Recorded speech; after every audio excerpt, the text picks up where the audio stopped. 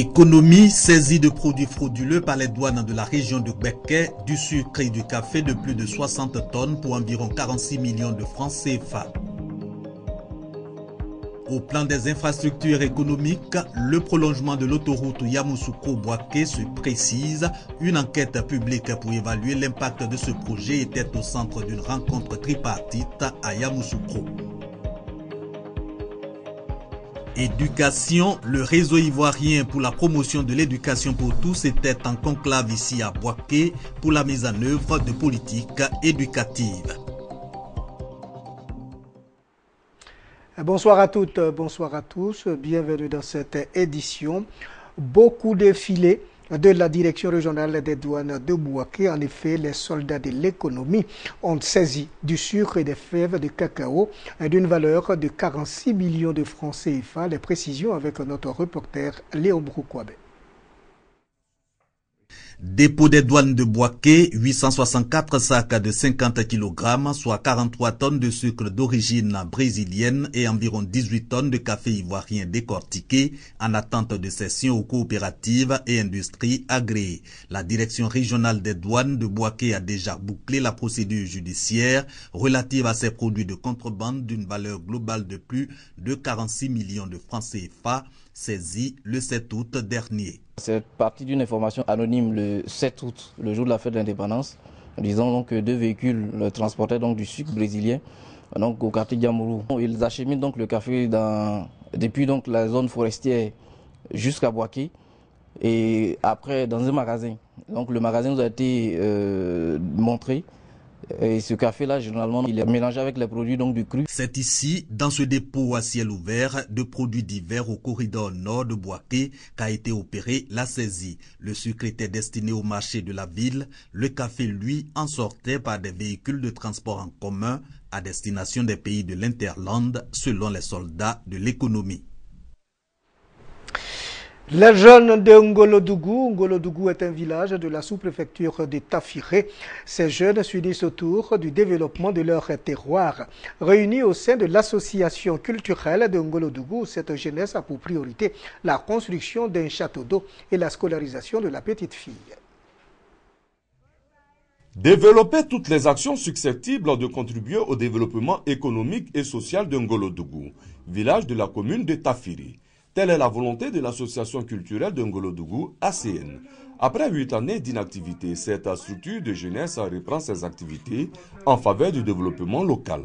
Durant 10 jours, les jeunes ressortissants de Ngolodougou vont réfléchir sur les actions pour booster l'essor du village. À la cérémonie de lancement des activités dénommée Katamana 2015, le maire de Tafiré a félicité l'ACN pour son combat pour le développement du village. Ouattara Sunkalo, dit Charles Sangar, a exhorté les jeunes et les femmes à se regrouper en coopérative afin de bénéficier des fonds FAFSI et initiatives jeunes. Nous avons fait le message en l'endroit de cette jeunesse afin de leur permettre de se constituer en groupement, en association, en coopérative, afin que le conseil municipal puisse les aider à solliciter des fonds publics au niveau du FAFSI ou bien du programme Agir pour les jeunes. Ngolodougou est électrifié depuis 1984 et est peuplé de plus de 5000 âmes. Cependant, les populations de ce village n'ont toujours pas accès à l'eau potable. La construction d'un château d'eau reste la priorité de l'association culturelle de Ngolodougou. Notre souhait, c'est de vraiment lancer un appel aux autorités à ce qu'ils puissent permettre à Ngolodougou de disposer d'un château d'eau qui va permettre quand même de régler considérablement ce problème que rencontrent nos parents au niveau du village.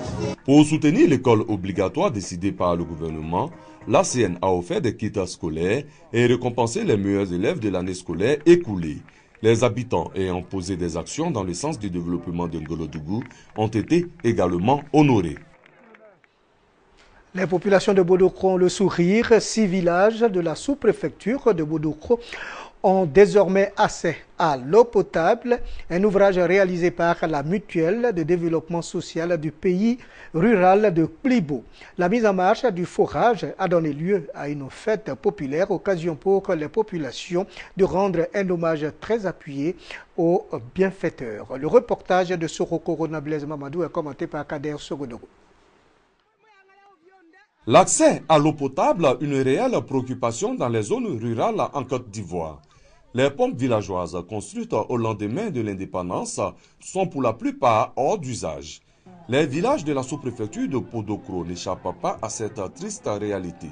Une situation qui ne laisse pas les ressortissants de cette partie du pays indifférents. Dans le pays rural de Plibo, regroupement de 6 villages, l'eau potable est désormais une réalité. Ces villages viennent de bénéficier d'un forage à motricité humaine. L'ouvrage est réalisé par la Mutuelle de développement économique et social du pays rural de Plibo. Coût de la réalisation, plus de 8 millions de francs CFA. La remise de ce forage a donné lieu à une fête populaire. Les porte-paroles des populations ont exprimé leur reconnaissance et gratitude à leurs cadres et députés, des cadres soucieux du bien-être de leurs parents. Pour le président de la Mutuelle de développement économique et social du pays rural de Plibo, par ailleurs député de Bodokro, sortir Plibo de sa léthargie reste la priorité des filles et fils de cette localité. Pour Kwakundri Jules, la réalisation de ce forage est l'une des missions de la mutuelle. Le sous-préfet de Bodokro et le directeur régional des infrastructures économiques ont félicité la mutuelle qui offre l'eau potable, source de vie aux populations. De nombreuses autres actions sont en réalisation par la mutuelle de développement économique et social du pays rural de Plibo pour le bonheur des populations. La route précède le développement, dit-on, ouverture d'une enquête publique relative à l'étude d'impact économique et social dans le cadre du prolongement de l'autoroute Yamoussoukro-Bouaké. l'AGEROUTE et l'ANDE ont rencontré les populations concernées par le respect du Code de l'environnement. Prolongement de l'autoroute Yamoussoukro-Bouaké. L'AGEROUTE, l'ANDE rencontre les populations pour les études d'impact économique et social afin de respecter le Code de l'environnement. Et c'est pour cela donc que nous avons ouvert aujourd'hui une enquête publique pour permettre aux populations qui seront impactées, dont les villages seront traversés par, ou dont les villages seront touchés par l'autoroute, d'exprimer leurs préoccupations. Quand on parle de sites sacrés, ce ne sont pas forcément des dédommagements, c'est des prises en compte des intérêts des populations. Ce projet d'autoroute a une longueur totale de 113 km. C'est une voie à double circulation, donc une 2x2 voies avec interplein central de 12 mètres. Nous avons fait l'effort d'éviter tous les sites sacrés, les forêts sacrées, les cimetières. Nous avons pris le soin d'identifier toutes les infrastructures sociaux qui sont impactées, où les populations qui sont concernées et seront indemnisées. Les dimensions humaines et naturelles ont été prises en compte. La rencontre de Yamoussoukro ouvre ainsi une enquête publique. Momine Diarra est chargée de recueillir tous les avis dans un délai de 10 jours à compter du 11 août 2015. L'autoroute Yamoussoukro-Bouaké se fera par tranche. D'abord Yamoussoukro-Tiébissou, dont le financement est acquis. Ensuite Tiébissou-Bouaké. L'autoroute Yamoussoukro-Bouaké répond aux besoins de la fluidité routière, de l'intégration sous-régionale afin de participer à l'amélioration des conditions de vie socio-économiques et sécuritaires de la Côte d'Ivoire. Pour tous, un atelier régional sur le processus budgétaire et le financement de l'éducation organisé à Bouaké. C'est une initiative du réseau ivoirien pour la promotion de l'éducation pour tous, permettant ainsi la mise en œuvre de la politique éducative. L'éducation de la petite enfance, l'alphabétisation, l'élimination des disparités entre les sexes dans l'enseignement primaire et secondaire sont les objectifs du Forum mondial sur l'éducation. Réunis à Dakar en 2000, 164 gouvernements ont plaidé en faveur de l'éducation pour tous, EPT. En Côte d'Ivoire, le gouvernement, des agences de développement, la société civile et le secteur privé œuvrent ensemble à la réalisation de ces objectifs. C'est dans ce cadre que le réseau ivoirien pour la promotion de l'éducation pour tous organise un atelier de renforcement des capacités des membres de la société civile à la compréhension budgétaire et au financement de l'éducation au niveau national et local. À Bouaké, il s'agit de permettre à la société civile de participer à la mise en œuvre et au suivi des politiques éducatives. L'objectif essentiel de cette formation, c'est de capaciter donc les organisations de la société civile sur le cycle budgétaire et le financement de l'éducation. Comment un budget se monte, savoir à quel moment solliciter les autorités lorsque cette organisation donc, a un projet et qu'elle souhaiterait donc avoir un financement. En second plan, expliquer les sources de financement de l'éducation. Qui finance l'éducation en Côte d'Ivoire?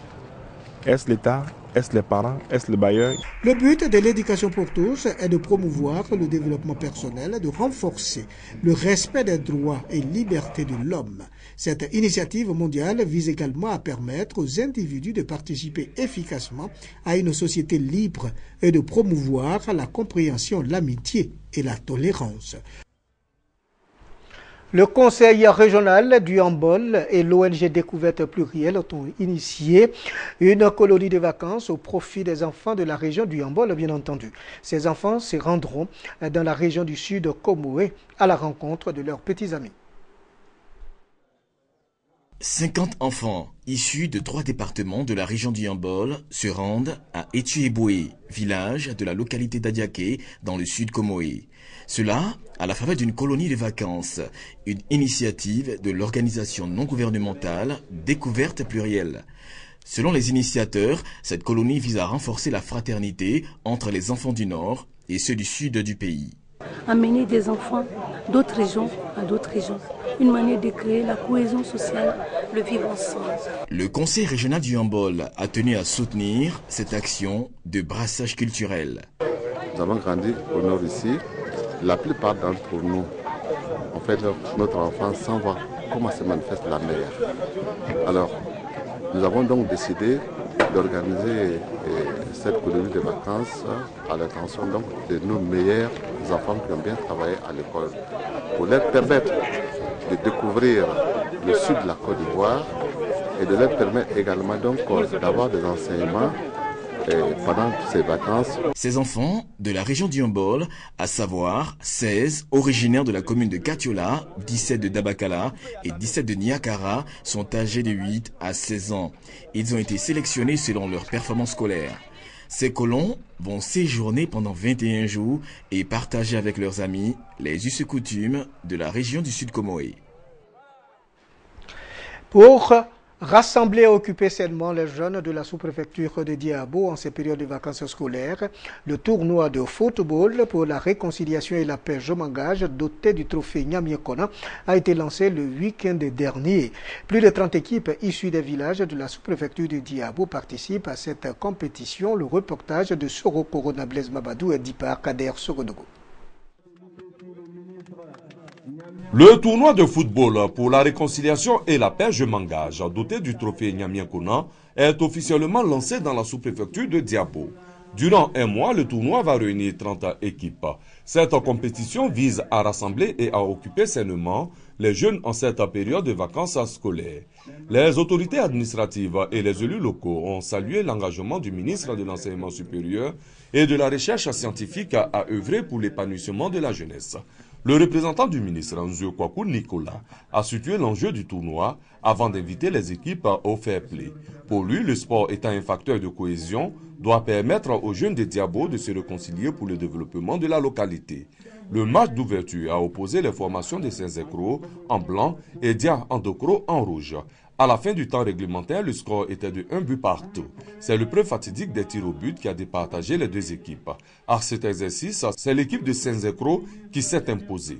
La finale du tournoi de football pour la réconciliation et la paix Je m'engage, dotée du trophée Nyamiekona, aura lieu le 12 septembre prochain. 10e édition de la rencontre d'enseignement spirituel de la mission internationale d'évangélisation MIE. 2000 fidèles seront édifiés 4 jours durant. La rencontre se tient à la cathédrale Bethléem de Bouaké, Ouattara, Amadou.